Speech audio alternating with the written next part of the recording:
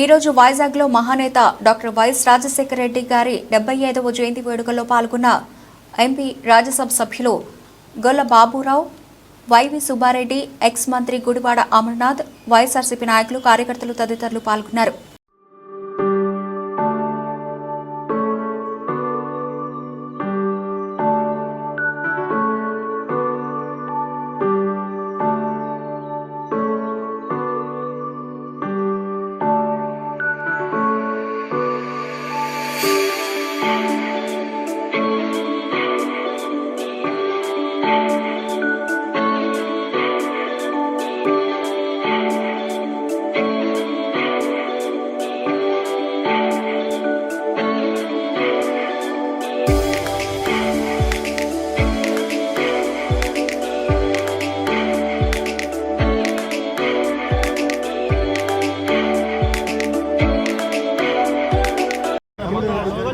ఈరోజు దివంగత నేత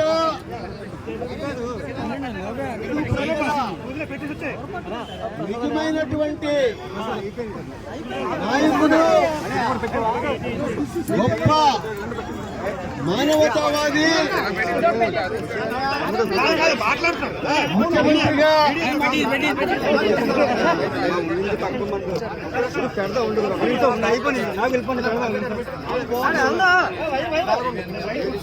గొప్ప రాజనీతిజ్ఞుడు, అభివృద్ధిని, సంక్షేమాన్ని చాలా గొప్పగా ముందుకు తీసుకెళ్లి ఆంధ్రప్రదేశ్ ప్రజల్లో ఒక దేవుడిగా నిలిచినటువంటి దివంగత నేత రాజశేఖర రెడ్డి గారి యొక్క 175వ జన్మదినోత్సవం. ఈ 75వ జన్మదినోత్సవం అయినా ఈ రోజు కూడా మహానుభావుడు ఆంధ్ర రాష్ట్ర ప్రజల్లో చిరస్థాయిగా నిలిచిపోయినటువంటి గొప్ప దార్శనికుడు, గొప్ప మానవతావాది. ఆయన గురించి నేను రెండే విషయాలు చెప్పదలుచుకున్నాను. ఈ రాష్ట్రంలో తెలుగు ప్రజలకి భరోసా అంటే అర్థం శ్రీ రాజశేఖర రెడ్డి గారే. అలాగే ఈ రాష్ట్రంలో ఉన్నటువంటి అనేక మంది అన్నదాతలకి ఈ రోజున అన్న ప్రదాతగా ఈరోజు నిలిచినటువంటి మహానుభావుడు. అలాగే విద్యా ప్రదాత, విద్య కోసం అణగారిన వర్గాలు అలంటిస్తున్నటువంటి ఈ రోజుల్లో ఫీజు రియంబర్స్మెంట్ పెట్టి విద్యా ప్రదాతగా గుండెల్లో నిలిచిపోయినటువంటి వ్యక్తి.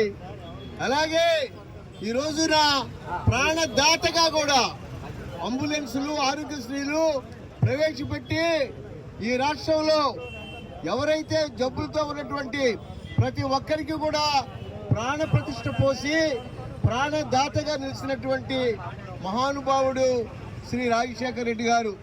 అలాంటి మహానుభావుడి యొక్క జన్మదినం అంటే ఈ రాష్ట్రంలో ఉన్నటువంటి 5 కోట్ల మందికే కాదు, రాష్ట్రంలో, తెలంగాణ రాష్ట్రంలో, దేశంలో ఉన్నటువంటి కోట్లాది మందికి ఆయన నిజంగా దార్శనికుడిగా మిగిలిపోయారు.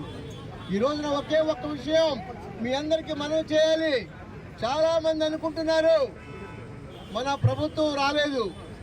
మన ప్రభుత్వం రాకపోయినా రాజశేఖర రెడ్డి గారి ఆత్మ మనందరిలోనూ ఉంది.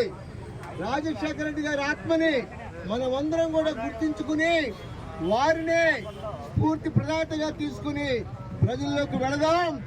వాళ్ళు చేస్తున్నటువంటి ప్రతిభకి, ఈ రూలింగ్ పార్టీ చేస్తున్నటువంటి అరాచకాలని ముందు పెడదాం. ఈరోజు ప్రజలందరూ కూడా ఎప్పుడా మళ్ళీ వేచి చూస్తున్నారు. ఈ నెల రోజుల్లోనే వారు చేస్తున్నటువంటి అరాచకాలన్నీ కూడా మనం చూస్తూనే ఉన్నాం.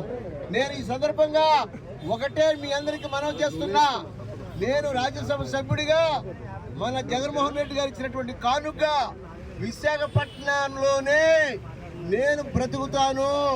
విశాఖపట్నంలో ఉన్నటువంటి పేద ప్రజలందరికీ కూడా నా 5 కోట్లు 10 కోట్ల రూపాయలు వారి కోసమే ఖర్చు పెడతాను.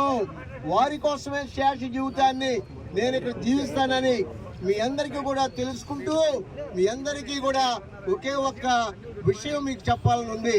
తప్పనిసరిగా నేను కూడా సుబ్బారెడ్డి గారితో పాటు విశాఖపట్నంలో ఉండి మన ప్రజలందరికీ కూడా తోడు నీడగా ఉండి పార్టీని మళ్ళీ మనం బలోపేతం చేసి వచ్చేటువంటి మున్సిపల్ కార్పొరేషన్ ఎలక్షన్స్ లో ఏ రకంగా మొన్న ఎన్ని సీట్లు గెలుచుకున్నాము దానికి ఇంకా ఎక్కువ సంఖ్యలో సీట్లు గెలుచుకునేటువంటి పరిస్థితి వస్తుందని మీ అందరికి ముందుగానే నేను తెలియజేస్తూ ఈ చక్కని అవకాశం ఈ సందర్భంగా నాకు కలిగినందుకు ప్రతి ఒక్కరికి కూడా నా ప్రత్యేకమైనటువంటి ధన్యవాదాలు తెలియజేసుకుంటున్నాను. Thank you.